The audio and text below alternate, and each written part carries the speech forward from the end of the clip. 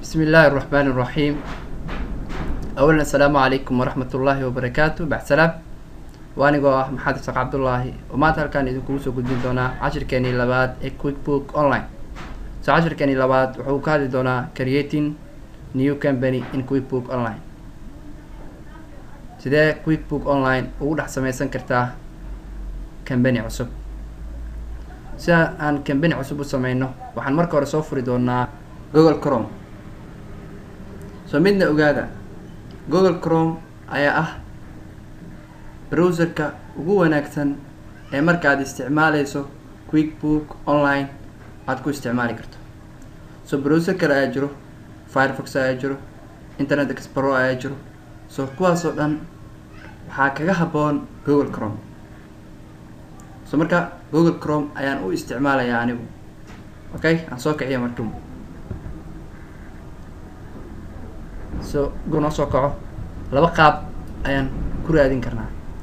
waa tan koowaad inaan Google-ka ka raadino QuickBook Online website-kiisa ama inaan website-kiisa aan qorno oo si toos ah u galno. marka hore waxaan ku tusi doonaa Google-ka qaabka aad ugu raadinaysid. waxaa qori doontaa google.com. google.com markaa qortid halkaan waxaa qori doontaa QuickBooks Online.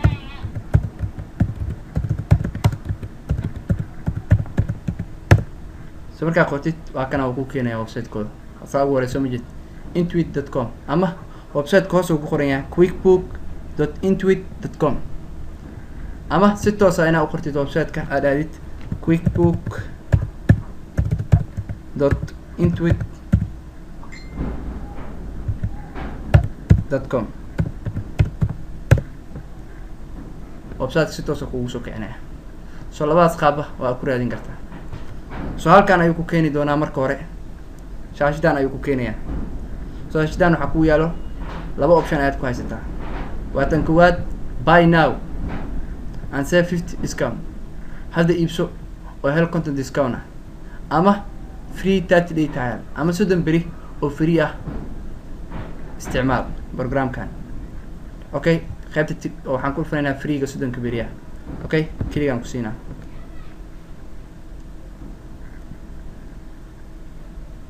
halkaan ayuu keenayaa. halkaan oo ujeedaa waa saddexda nooc ee QuickBook ay bixiso: Simple Start, Essentials iyo Plus. laakiin anigu midkaan isticmaali doono wuxuu noqon doonaa horaan idin kugu soo sheegay waa Essentials. Essentials-ku laba xabo ayaan ku haysanaa asigana: buy now or free. ama inaan hadda iibsano ama inaan 30 beri oo free-ga ah aan isticmaalno. free-ga ayaanu isticmaalaynaa. okay, click ayaan ku siinayaa.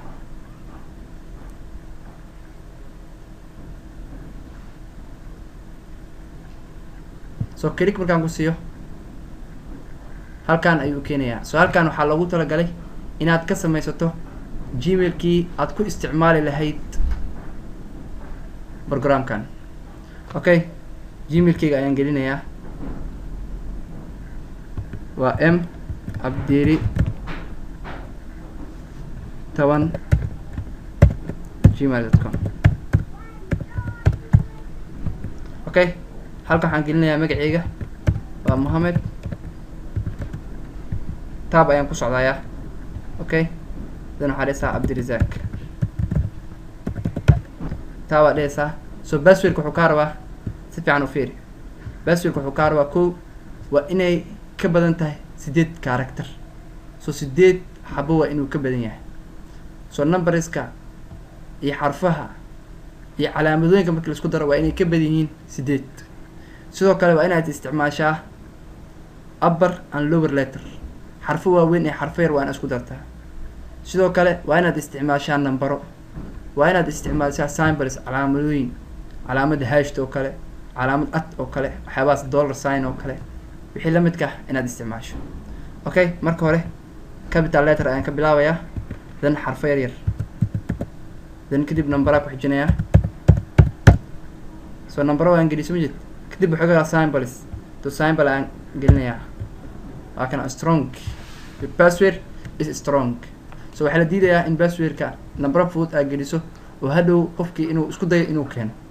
laakiin intaan suurtagal ma inuu qofka keeno in capital letter, small letter, nambaro iyo calaamado inuu qofka keeno suurtagal maaha.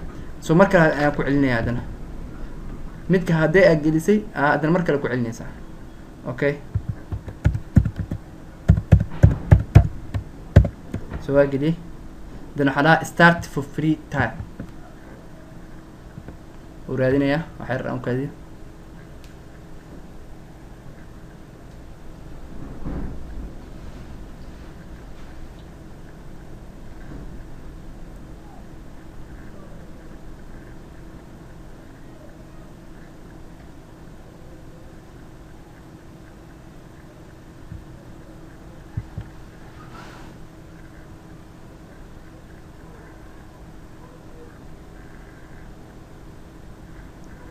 So halkaan una keenay marka halkaan waxaa ku yaalo what's your business code, magaca ganacsigaaga ayaa lagaa doonaya. tusaale ahaan oo kale Mohan Electronics oo kale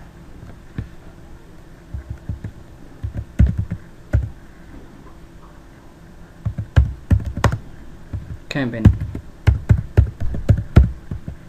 Okay, meeshaan wuxuu ku jira what type of your business do you have, nooca ganacsigaaga uu yahay. ma ganacsi hal qof iska leeyahay, ma ganacsi dhowr dad iska leeyihiin, ma ganacsi corporation ahaa ayuu ku weydiinaya. so halkaan aad furaysaa waa kana one owner waa sole proprietorship, a few owners waa kooxo isku tagay markaas partnership weeyaan, private company with limited liability, trade company. marka haddii intaas aan ahayn waxaad dooranaysaa something else, waa wax kale. laakiin waxaan dooran doonaa a few owners, kooxo ayaa iska leh. so marka partnership weeyaan, dad kale ila leh oo kale. dan waxaa dhihi doonaa next. okay, set all. so oo ujeedaan hadda waan sameeyey waxaa leedaha company-ga. so company-ga waa ayuu samaysan yahay, laakiin company-ga informationkiisa oo dhammaystiran weli ma aanan sameynin. laakiin hadhow markaa reportska daabicaysid waxaa la rabaa company-gaaga meesha uu ku yaalo, emailkii looga soo xiriiri lahaa, websitekiisii, waxaas oo dhan inaa programka aad bartid. so kaasi waxaan ka dhigi doonaa cashir kale, laakiin hadda maanta waxaa tusaya sida company loo sameeyo. markaa rabto inaad xirto waxaa imaan doontaa halkan oo calaamadan markaa imaado waxaa dhihi doontaa sign out, waa xiraysaa. waxaa rabtaa inaad soo kiciso halkaan ayaa kasoo kicinaysaa. keyga wuxuu ahaa m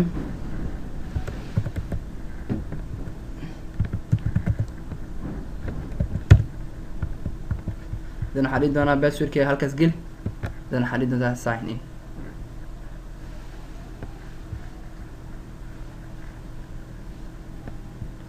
wuxuu weydiinaya halkan haddaana waxaa dhihi karaa escape.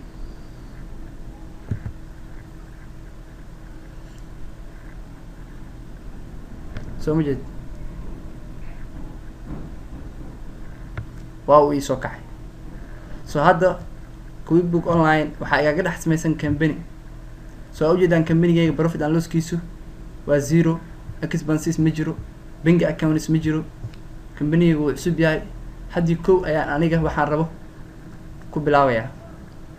so marka sidaas ayaa company cusub loogu dhex samaystaa quickbook online. so marna kastana xasuusnaaw gmailka aad gelisay iyo passwordkiisa waa midka aad kusoo gali lahayd hadhow marka aad rabto inaad programkani soo gasho. so cashirkeena maanta halkaas ayuu inaga ogyahay. waxaan idinka codsanayaa inaad channelkani subscribe dhaadaan, videogaana like iyo share aad ku qabataan si ardayda walaalihiin ay ugu faa'iidaystaan. aad baad u mahadsantihiin.